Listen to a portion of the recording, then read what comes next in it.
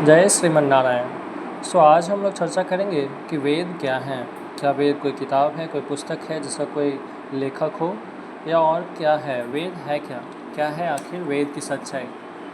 तो जब हम शास्त्रों की तरफ जाते हैं और अपने गुरु आचार्यों की तरफ जाते हैं तो they will tell that knowledge, ज्ञान जो है, ज्ञान को ही संस्कृत में वेद कहा जाता है। वेद संस्कृत का टर्म है जो नॉलेज यानी ज्ञान के लिए इस्तेमाल किया जाता है। और वेद है क्या? वेद सनातन शब्द राशि है।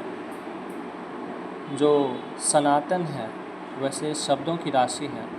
और ये ऐसा जो था ये हम लोग तक आज तक कैसे पहुंच रहा है? तो परंपरा से पहुंच रहा है।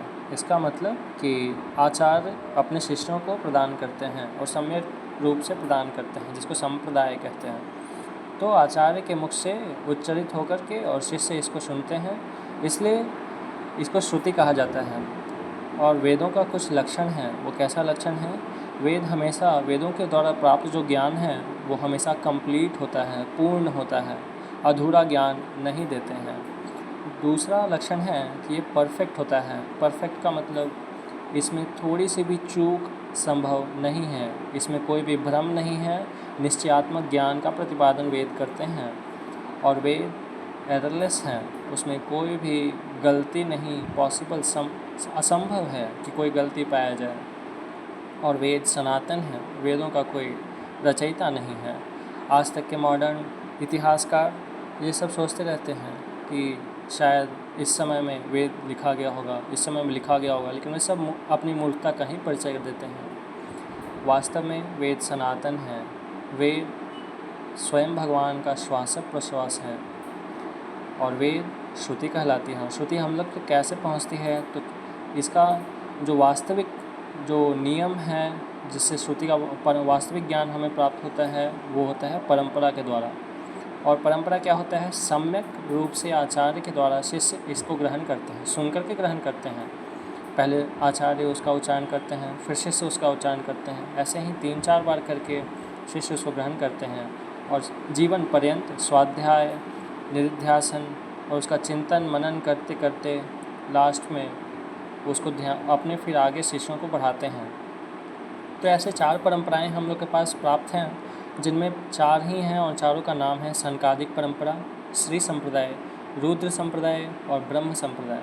जिसमें हम लोग सभी श्री वैष्णव, हम लोग सभी श्री संप्रदाय से हैं। तो श्री संप्रदाय में वेदों का ज्ञान, या ऐसा कहें कि ज्ञान कहाँ से शुरू हुआ और हम तक कैसे पहुँच रहा है, तो साक्षात त्रिपाद विभूति, जो उभय विभूति नायक भगवान श्रीमन नारायण हैं, उन्होंने ही स्वयं भगवती महालक्ष्मी को अपने तत्व के बारे में ज्ञान दिया, अपने स्वरूप का ज्ञान प्रदान किया था।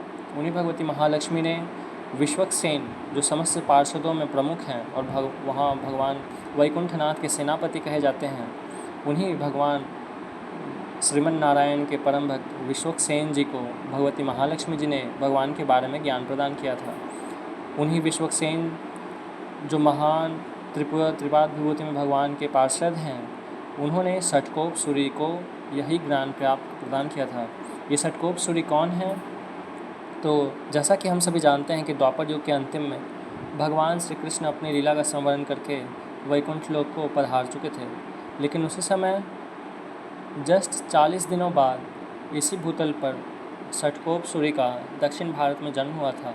उन्होंने अपनी लेख में बहुत ज़्यादा प्रायश्चित करते हुए लिखा भी है कि अगर मैंने 40 दिन पहले जन्म लिया होता तो इसी भूतल पर, इसी धरामंडल पर भगवान का दर्शन, साक्षात्कार प्राप्त कर लिया होता। उन्हीं षटकोप सूरी ने जब जन्म लिया तो उनमें कोई चेष्टा नहीं पाई जा रही थी। सबों ने सोचा बालक मर गया या इसमें लकवा मारा हुआ या कुछ और। उसके पापा मम्मी सब छोड़ के उनको चले गए।